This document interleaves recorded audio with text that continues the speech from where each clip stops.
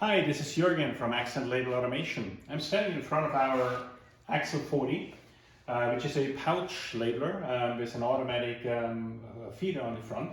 This particular machine now has also is set up with the AXL40Print printer applicator. What I want to do today is teach some settings on the actual machine itself, on the AXL40, and also teach a little bit on setting up the feeder for reliable production. I'm gonna do the printer applicator last, because when we turn the printer applicator on, it's gonna actually be quite noisy. So let's work in a quiet environment as we can. So right now the machine is set up for so small pouches, and if I just quickly turn the machine on, they should separate just nicely. So how did we get there?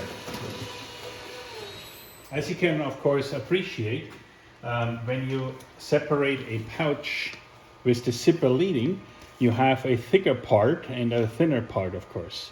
We actually use the zipper itself to give separation between pouches. So let me show you how that is done.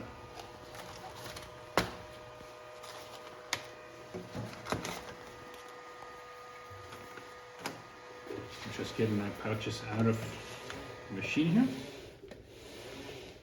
Okay, so we have a couple of separators with friction wheels. Those wheels are actually not turning, they're giving friction right onto the pouch. So in order to adjust between different pouch sizes, you want to raise or lower the actual separators right here with those thumb screws.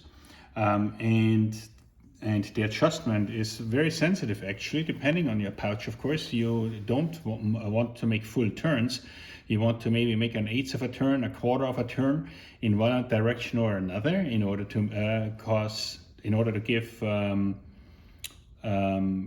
make a big difference. Now, turning it clockwise will raise the separator, turning it counterclockwise will lower it. And the way we're gonna set this up by simply putting one pouch in, and then with my hand I'm rolling this pouch forward. And right here where the pouch goes, or where the zipper goes underneath the separator, you should feel a little resistance. The resistance shouldn't be tremendous, but you should feel it in your hand. So that is number one you want to do, go right back and forth in order to get this resistance. Now, if you don't have it quite right, it's okay. You leave the label applicator off for starters, you put some pouches in it, and you run them. If nothing comes out, obviously your separators are too low, so you raise them a bit. If you keep getting overlaps, you lower them a little bit. But of course, positive feeding is not only about the separators too. What you want to do is, of course, also on the rear guides, you want to adjust them properly as well. For this particular pouch, it is actually quite simple to drop them in. And you see right now, we are still holding a little bit the back of the pouch. Now they're a little bit uneven, but we're still holding the back of the pouch. All that is doing now is just keep the bag a little bit up. But so the second pouch, for example, that is not under the separator would be much higher on this slope. The first pouch now is underneath the separator and goes forward, which brings now then the second pouch under the separator as well. And now if I'm pulling both rollers now, we can see how now this separation happens right here. So it's very simple to set this up, but at the same time, simple does not mean that you're going to be a pro in the first minute when you get it. This takes a little bit of feeling in order to get that just so. Now, those two spring wheels, they actually turn with the pouch. And what their responsibility is, they should turn, and all they should do is now push the pouch up against the roller, so that when the roller runs, it positively gets pulled out into the conveyor. The second set of rollers runs a little bit faster than the magazine rollers. The magazine rollers also stop and go, those ones don't. Now, there is a setting in the machine itself that's called speed differential, where we can make those rollers run much slower than the second rollers, and that gives us a much greater separation as well. So what I'm gonna do now, I'm gonna change separation. Right now it was at 60%. I'm gonna go all the way up to 90%. I'm gonna put some pouches in here. I push the start button and let's see what that looks like.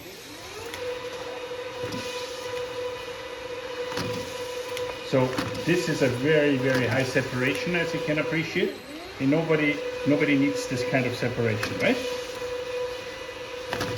So now I'm going to go from 90% down to 60%.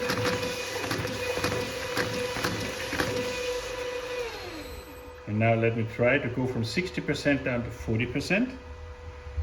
And that's probably where overlap's going to start to occur. Let me put some more pouches in here.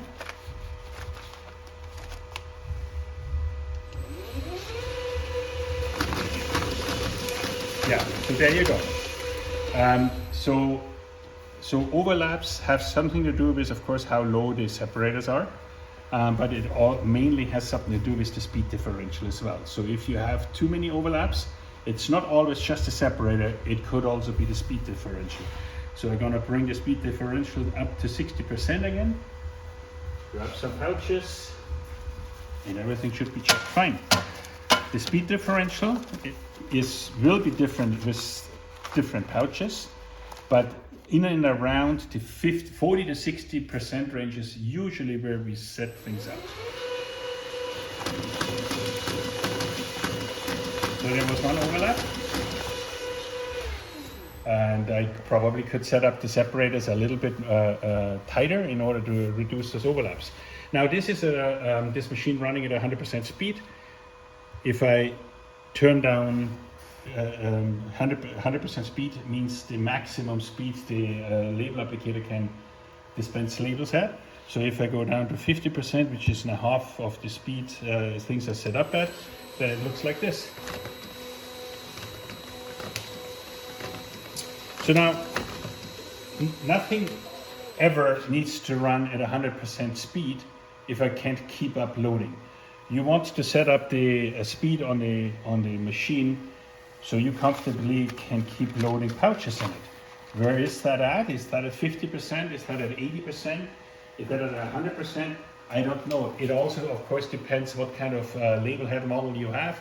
We have 3 models, one that runs at 30 meters a minute dispense speed, 40 meters and up to 50 meters, which this machine runs up to 50 meters dispense speed. So that's quite fast. 163 feet per minute is quite fast. But make sure that you set up your actual feeder speed to the speed you can keep up. It's of no use to constantly have the magazine run out of pouches, because then you have to stop and put one under the separator. And on this very machine, it actually could be that things work even like that you don't need to run it.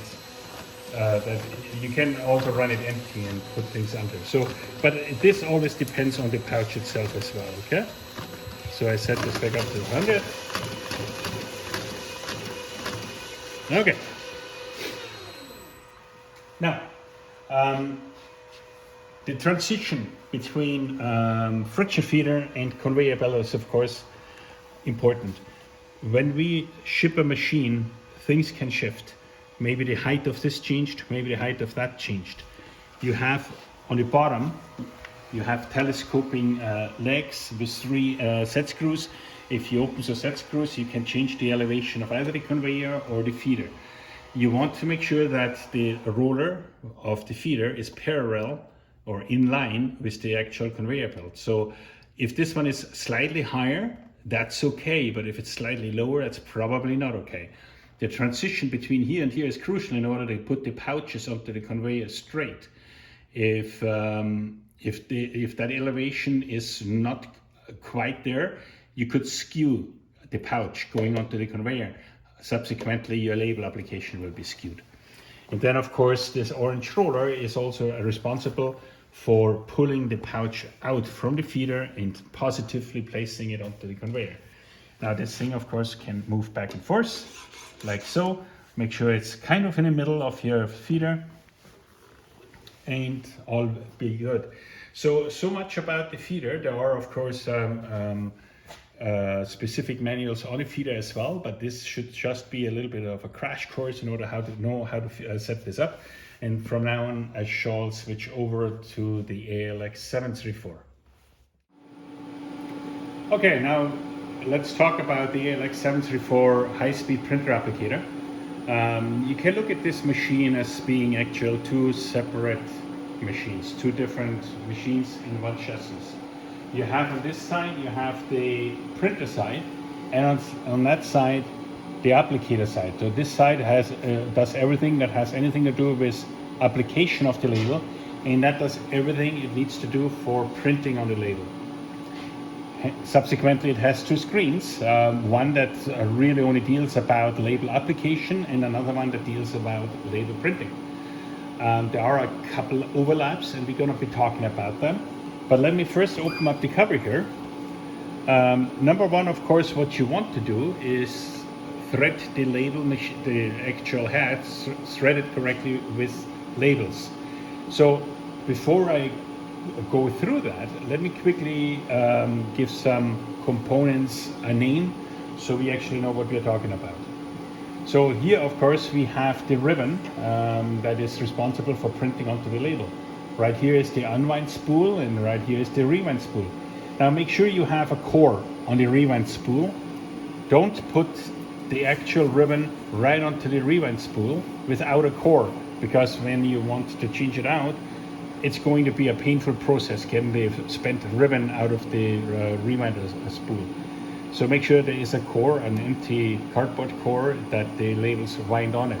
This does not look like it has one, but it actually does. It's just a shorter one. Okay.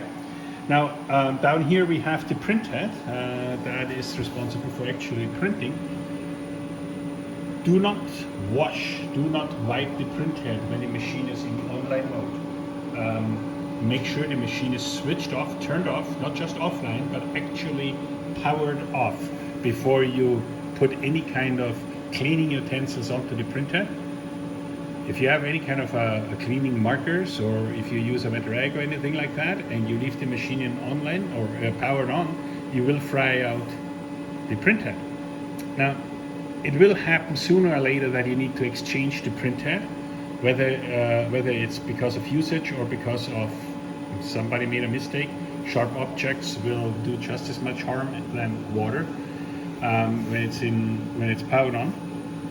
When you do have to change it out though, there's of course very self-explanatory opening those ring nuts, disconnecting there's a couple connectors, and then this print head will come off. But you will see on the print head a resistance, right? A resistance written on it, and you need to match the resistance of the print head with the head resistance in the menu. Now let me quickly go back to the menu here. If I go now into system parameters, I'm going to scroll through here until I find something that's called head resistance. So right now you see 1225 ohm. This number needs to correspond with the number that's written on the print head. If this is 1224, 1226, if it's quite a very small offset from what's on the print head, that probably is okay.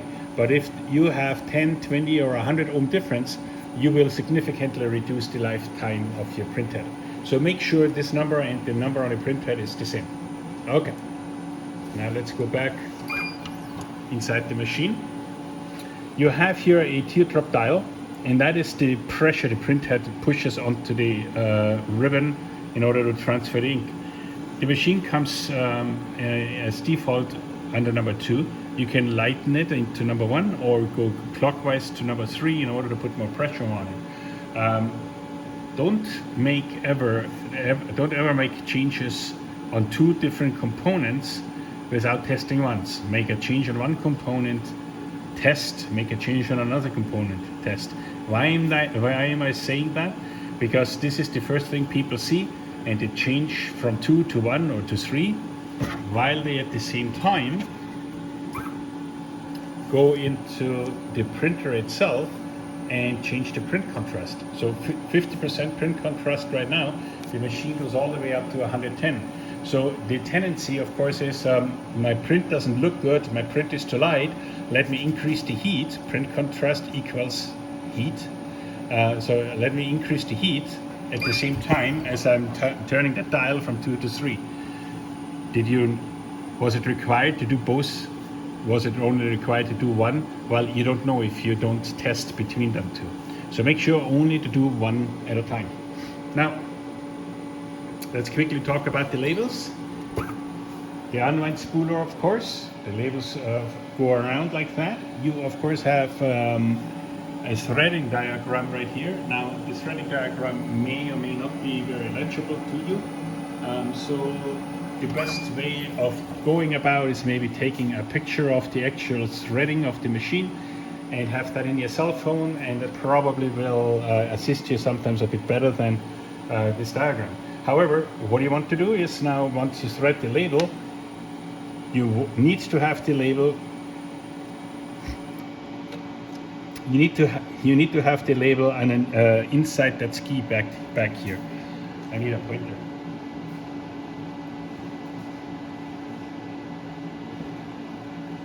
So right here is a sensor. The label needs to be inside that ski, so the sensor can see that. If this label falls out from this slot, the sensor won't see the label anymore, and it will assume that you ran out of labels, and it will give you an end of material warning. So make sure it's inside that slot, and then we have that second ski here that pushes up against it, so it doesn't come out. And we close that ski right here, just like that. So the label continues underneath here, and then it comes out right here underneath the printer. We go up on the first deviation roller, and we go up to the LDU. This part is called the LDU. This is basically nothing other than a dancer arm. This will move up and down. Let me hold the label right here.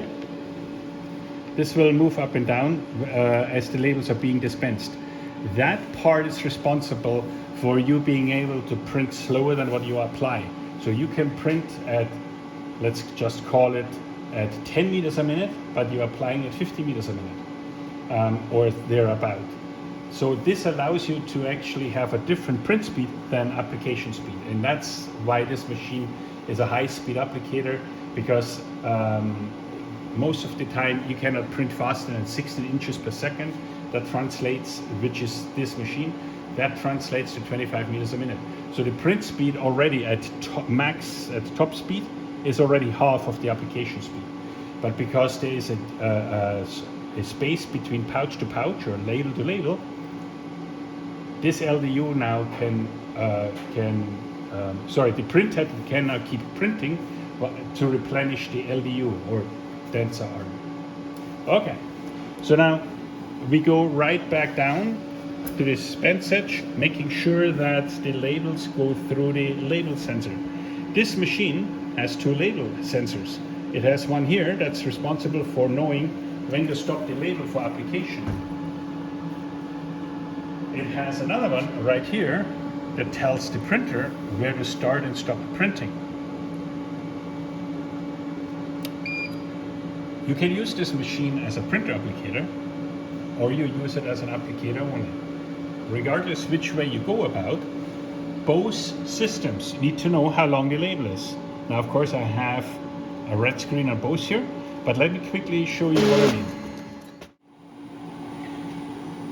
So we have a material length on the printer side and a label pitch on the applicator side. The difference between those two, label pitch means label plus gap.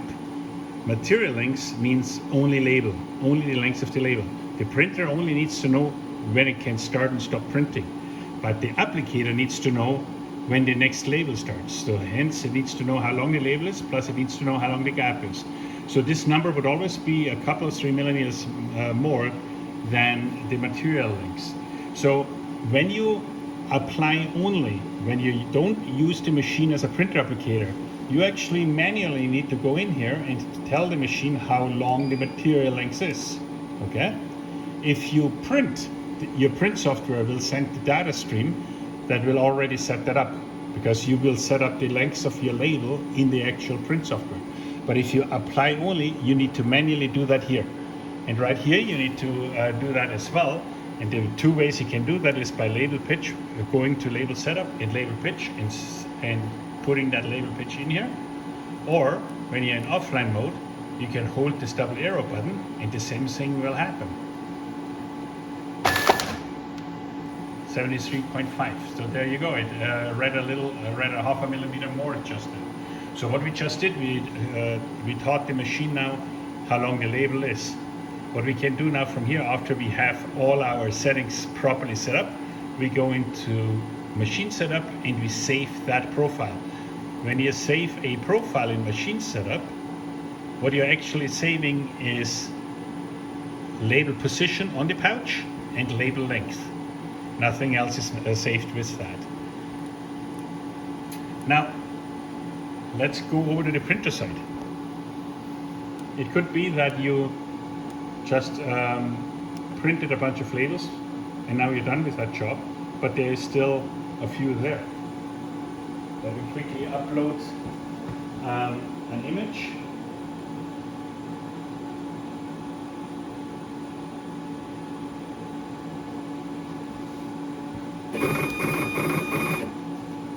Okay, so the LDU just replenished itself with printed labels. Now let's say I'm done with my job, but I still have 96 labels here. The two options you have is turning the machine off, because that will kill all the jobs. Or you go into the offline mode and you go to special functions. Special functions, you have the choice of deleting a job or deleting the entire spooler, which means you delete every job that's in here. If you only upload one job, it doesn't matter what you push, but if you upload several jobs at the same time, you only want to delete the last one you had. So then you only would go into delete job. So if I delete the job right now, the job is gone, and if I go back online, you will see there's no more job right here. Now I encourage you to go into the actual manual of this printer applicator in order to familiarize yourself with all the different settings for that, because I can possibly go through all of them. See this a little bit as a crash course to get started.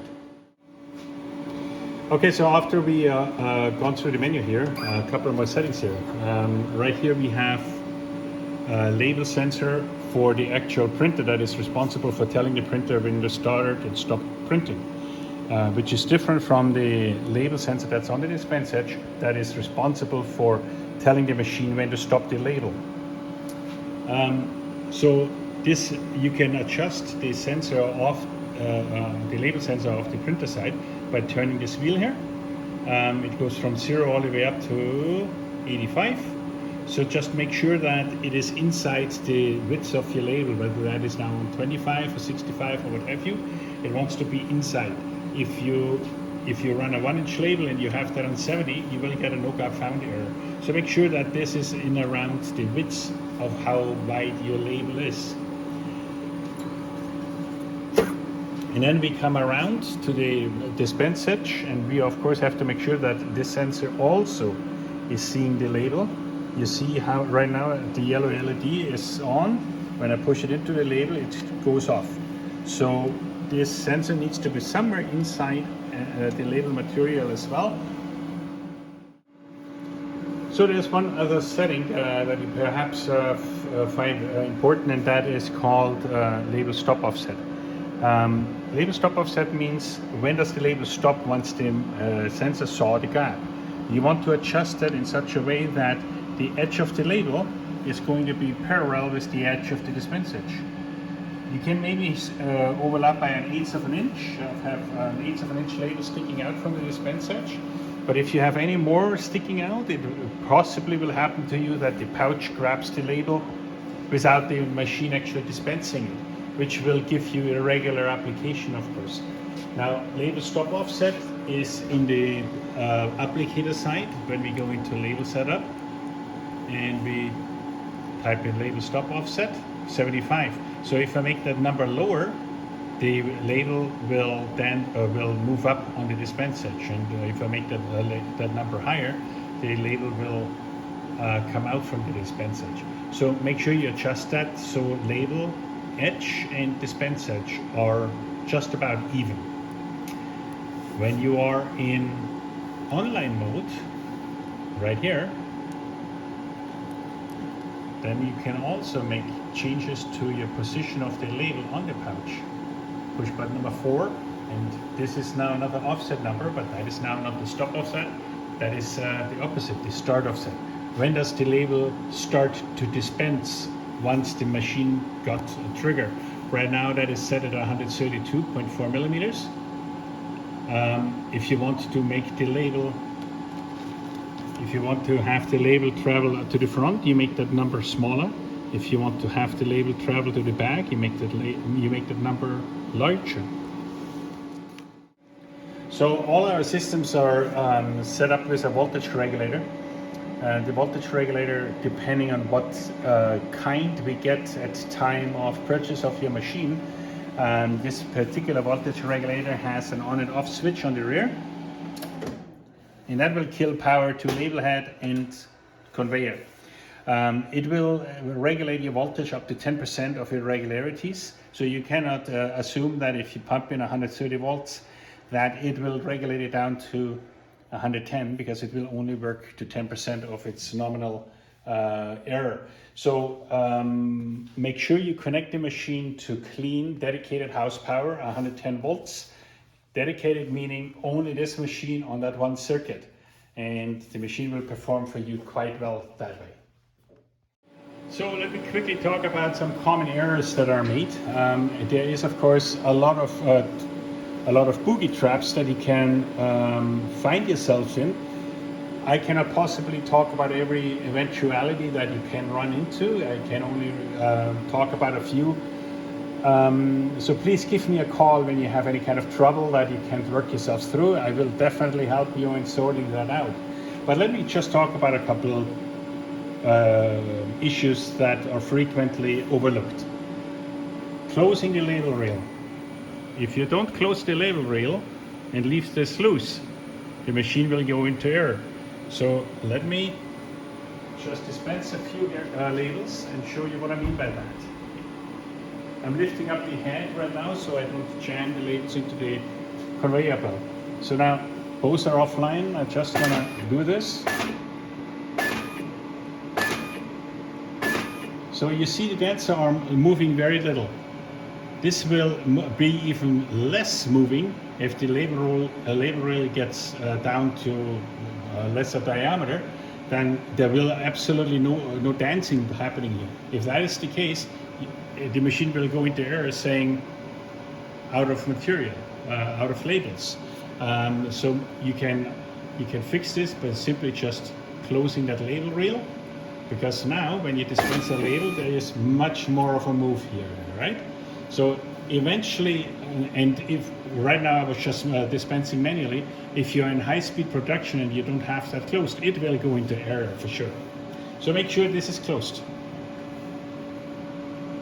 I get a call that we have no accuracy of application. That could possibly be that this crimp roller was not closed, which means you could end up with slippage between the drive roller and the label. Make sure the crimp roller is closed. Now, a favorite mistake I like to make, because I often don't practice what I preach, I go into print parameters and I have material length set completely wrong. So let me just set it wrong. It was at 70, let me just go somewhere else. And now I want to dispense a label. And I immediately go into no gap found. Now, even though you assured yourself that the label sensor is inside the label and you can't figure out why that is, well, because you're in application mode only, and for the last week or all day yesterday you printed, and today you only want to apply, and you forgot about this setting. Because if you print, of course, you send the label links or the material links from the software to the machine. But now you're applying only, and now you forgot to do this. So now we go back into print parameters and material links, and we bring that back up to 70, and we fix that problem.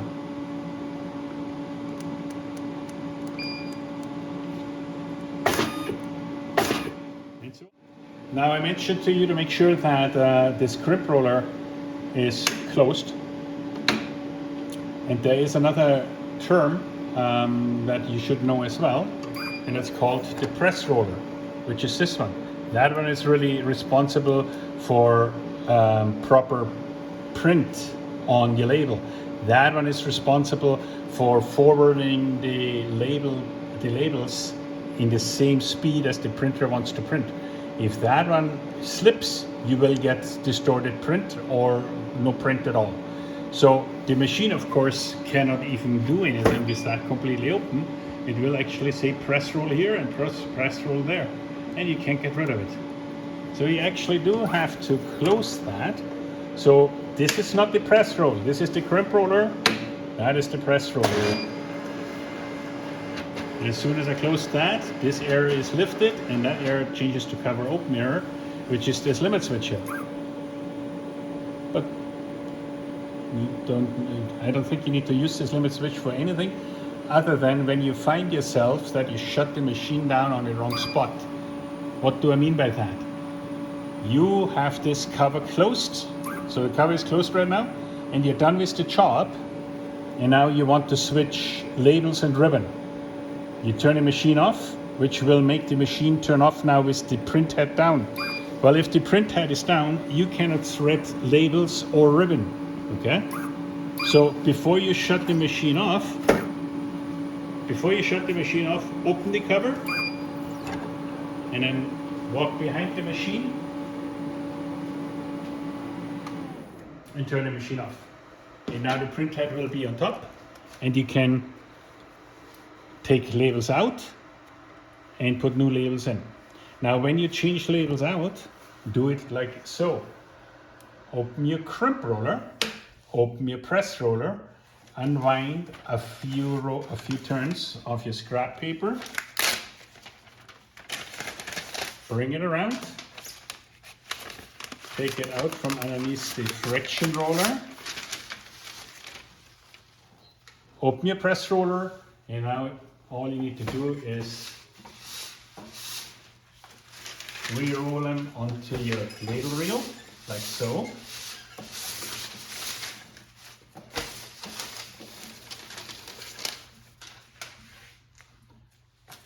So next time, when you take this roll of labels, maybe keep one label here so you can close it. But next time when you use this roll of labels, you just put it in, and you have enough of a leader to thread through your machine. If you rip the labels right here on the dispense edge, great. Next time you're gonna be wasting about 3 feet of labels before you can actually use that label roll for what you're doing. So make sure you keep yourself a leader each and every time. Go to your label manufacturer and order labels with a leader of about 1 meter length or 3 feet length, okay? So I hope all this gave you enough ammunition to get started. Once you run into any kind of troubles, please refer back to the manual of the label head. And if you still can't make any sense of it, we are here to help. Please call us anytime.